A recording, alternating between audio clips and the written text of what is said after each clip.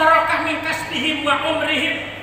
Allah mencabut keberkahan hidupnya, Allah mencabut keberkahan kerjaannya, Allah mencabut kesehatan dari usianya.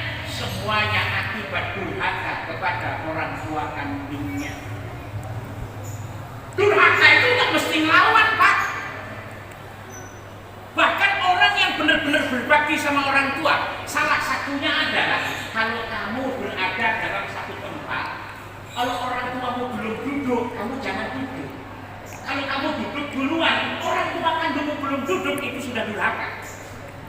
Kalau orang tuamu belum bangun dari duduknya, kamu jangan bangun duluan. Bapakmu mau pergi atau tidak, ibumu mau pergi atau tidak, jangan kau tinggalkan. Kalau kau tinggalkan, durhaka.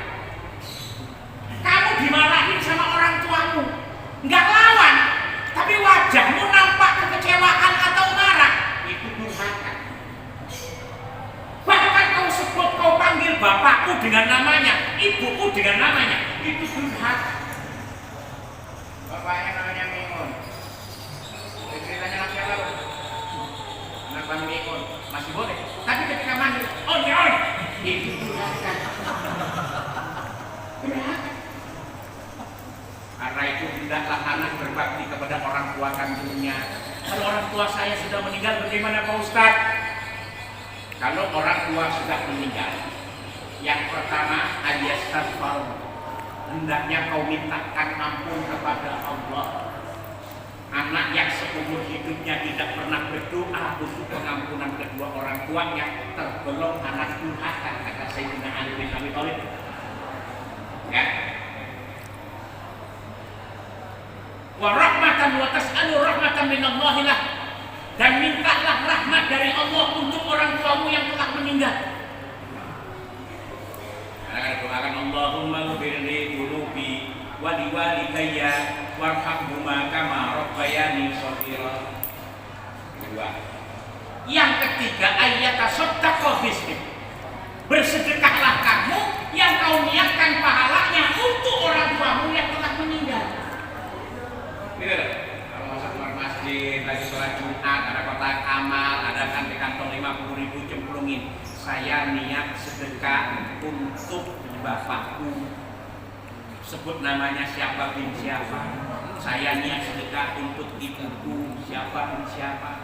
Bagian dari anak yang menebus kesalahan selama orang tua masih hidup, nggak mampu berbakti. Kalau orang tuanya sudah wafat, ingin berbakti, salah satunya sedekahlah kamu untuk orang tua yang telah wafat.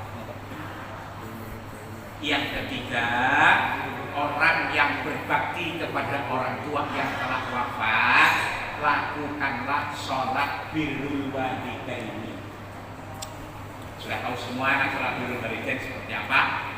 Waktunya terlalu pendek, nanti kalau saya ceritakan panjangan. Sholat birrul walidaini itu sholat yang pahalanya diperuntukkan untuk orang tua kita yang telah wafat. Bahkan Syekh Abdul Muhsin menjelaskan orang tua masih hidup pun boleh anak itu sholat birrul walidain. Sholat birrul walidain itu sholat yang dikerjakan tiap malam Kamis setelah sholat maghrib 2 rakaat.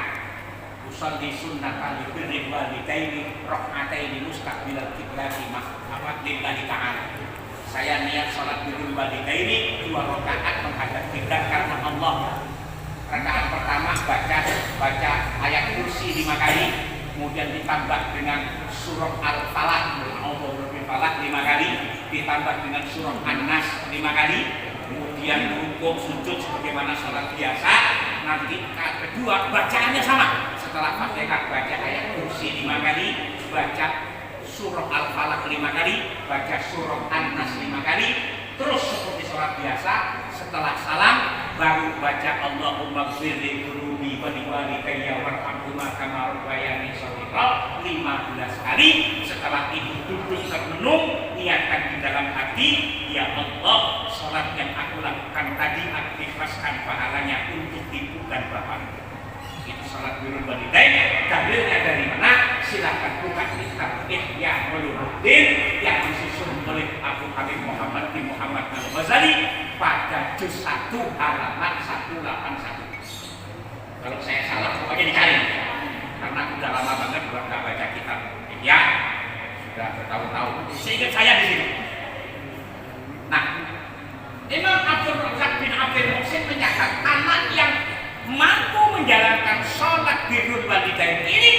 meskipun saat hidupnya dulu banyak salah kepada ibu bapak kandungnya, maka dia telah menebuskan kesalahan itu dengan salat birrul walidain tadi.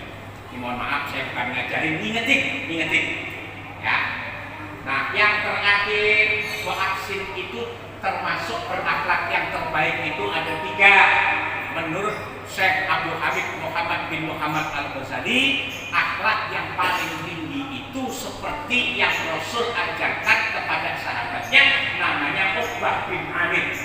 Satu ketika sahabat Uqbah bin Amir ini dipanggil dari Kanjeng Nabi, ya Uqbah bin Amir, silman qata'ak, wa'ti man haramak, wa'fu amman zalamak. Hai Uqbah bin Amir, hubungkan silaturahim dengan orang yang telah memutuskan dengan kita. Kita sering kan gara-gara pemilihan gubernur ribut, gara-gara pemilihan presiden muncullah kata-kata kadrun dan cebong, sampai hari ini kagak hilang. Gubernur sampai suatu ketika karena saat itu saya jurkam salah satu dari paslon, saya itu apa digedegin sama Allah sendirilah kayak tersebut. Ya Allah, beda pilihan. Ya saya bagaimana disuruh sama kiai saya suruh jadi jurkam Jokowi Ma'ruf, apalagi pakai Ma'ruf Amin kan guru juga. Saya jadi jurkam. Ternyata keluarga yang ono nggak satu pilihan. Saya datang ke rumahnya itu, dikatain ngapain lu kemari? Kau usah kemari, itu ditutup. Nah, teman saya juga begitu, yang tadinya sepakat-sepakat jadi rusak. Sampai sumpah serapah, kalau lu mati, gua kagak bakalan ke rumah lu. Kalau gua mati, lu jangan ke rumah gua. Astagfirullahaladzim, cuma gara-gara politik. Tapi saya nggak menyerah, saya datangin lagi. Satu ketika Pak Abdul Salim, Ketua PCN Jakarta Barat, bagi-bagi sembako. Setelah saya bawa mobil, saya minta 60 bungkus, saya kasih langsung ke orang itu, saya suruh bagi. Dia demen banget, baik banget ya Di, baik banget gubernur, baik banget. Saya bilang, Mak, ketemu bukan dari gubernur, Mak. Dari siapa? Jokowi. Nah, lu gimana? Udah lama udah terjadi bagi, mau diapain? Ternyata Jokowi baik. Dari kapan Jokowi nggak baik? Ini mohon maaf ya, mohon maaf. Kalau saya sih berprinsipnya nggak masalah. Saya itu prinsipnya lah Jokowi ya, wala Prabowo, wala haula wala quwwata illa billah. Kalau kita diputuskan silaturahim, tapi kita kekeh terus untuk menghubungkan silaturahim sampai orang itu terbuka hatinya, mau menghubungkan kembali dengan apa yang kita harapkan. Maka ketika kita mampu menghubungkan silaturahim dengan orang yang telah memutuskan dengan kita, katakan dengan Nabi itu akhlak nomor 1. Paling hebat. Yang kedua, wa'ti man haramak, berikan kepada orang yang pelit kepadamu. Dan kita kadang-kadang ada di tetangga yang kena gusuran, duitnya banyak, dan kita kenal kayaknya nggak kenal. Duitnya banyak, miliaran, kita datang seakan-akan nggak kenal sama kita. Sampai di depan di tengah-tengah jalan, tiba-tiba itu teleponnya langsung otomatis ada yang manggil. Oh ya, bukan saya di jalan, minggir, udah lewat. Padahal pura-pura doang. Saking kagak maunya kita kenalin. Begitu dia udah bangkrut, udah kelek, kagak gabrek apa-apa, dia duluan yang datang ke kita. Minjem lah. Kalau kita menghadapi orang yang pelit dilekutin, butuh dan silam kayak begitu, kok kita masih mau mengeluarkan bersedekah kepadanya? Ini akhlak terbaik nomor 2. Yang nomor 3, waqfu amman dzalamak, memaafkan orang yang berbuat zalim kepadamu. Ini akhlak tertinggi nomor 3. Pernah habis pilgub DKI, hampir tiap malam mobil saya kempes. Saya kesel, saya pasang CCTV Pak. Ternyata yang kempesin tetangga sebelah. Kalau ketemu sih senyuman, tapi tiap pagi saya pasang CCTV. Tapi nggak saya tegur, saya diamin aja. Jadi ternyata dia. Mesin lagi, single. Satu ketika emaknya tiba-tiba drop kampung harus masuk UGD. Saya bilang aja udah bang pakai mobil saya nggak apa-apa, cuma bannya kempes. Bingung dia. Lah terus bagaimana ya? Nggak tahu itu mobil, padahal bannya baru nih bang. Kempes lagi aja. Kenapa? Saya kempes ini saya udah tahu sih dari mana ada CCTV. Emang ada CCTV Pak Ustaz? Mau liatin dong. Kok Ustaz kan ada saya? Mau biarin nanti sampai mana itu mobil baru dari membuat. Bagaimana Pak Ustaz? Mencari pompaan. Akhirnya dapat pompaan yang manual tuh Pak. Untung bisa Pak. Tapi dia masih belum Pak, ini pompa. Bener-bener lebah tempat-tempatnya di pompa mobil. Dari situ besoknya dia sadar. Ternyata dia ngempesin mobil kita itu salah. Kenapa? Saat dia butuh mendadak minta tolong ke kita, kagak ada. Bingung, karena banyak kempes semua.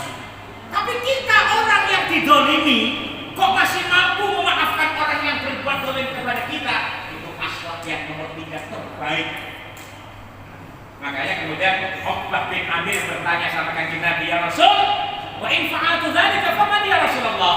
Kalau aku mampu memaafkan orang yang berbuat dolim kepadaku, aku mampu memberi kepada orang yang pelit kepadaku, aku mampu menghubungkan silaturahim dengan orang yang memutuskan sumpah serapah patah arang denganku, aku dapat apa ya Rasul?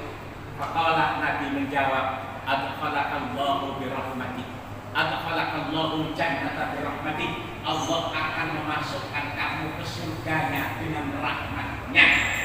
Kita ini kalau masuk surga ngandelin sholat kita nggak bakalan. Kita ngandelin masuk surga puasa kita nggak bakalan. Tapi kalau rahmat Allah yang menghendaki, maka Allah yang mempunyai hak untuk memasukkan atau menceburkan ke neraka. Rahmat Allah akan kita dapat.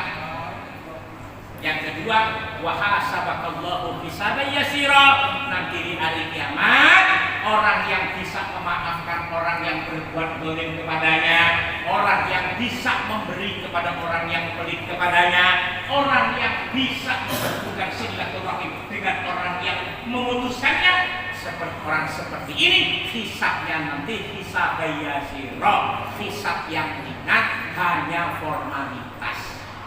Saat orang menanti hisab itu sampai jutaan tahun, saat itu kita dihisab yang ringan. Syaratnya 3 Pak, kalau pengen hisabnya ringan, hubungkan silaturahim dengan orang yang memutuskan silaturahim dengan kita, maafkan orang yang berbuat dolim kepada kita, berilah orang yang pelit kepada kita. Demikian kurang lebihnya, mohon maaf. Wallahul muwaffiq ila aqwamit thoriq. Assalamualaikum warahmatullahi wabarakatuh. Waalaikumsalam warahmatullahi wabarakatuh. Baiklah, untuk acara yang terakhir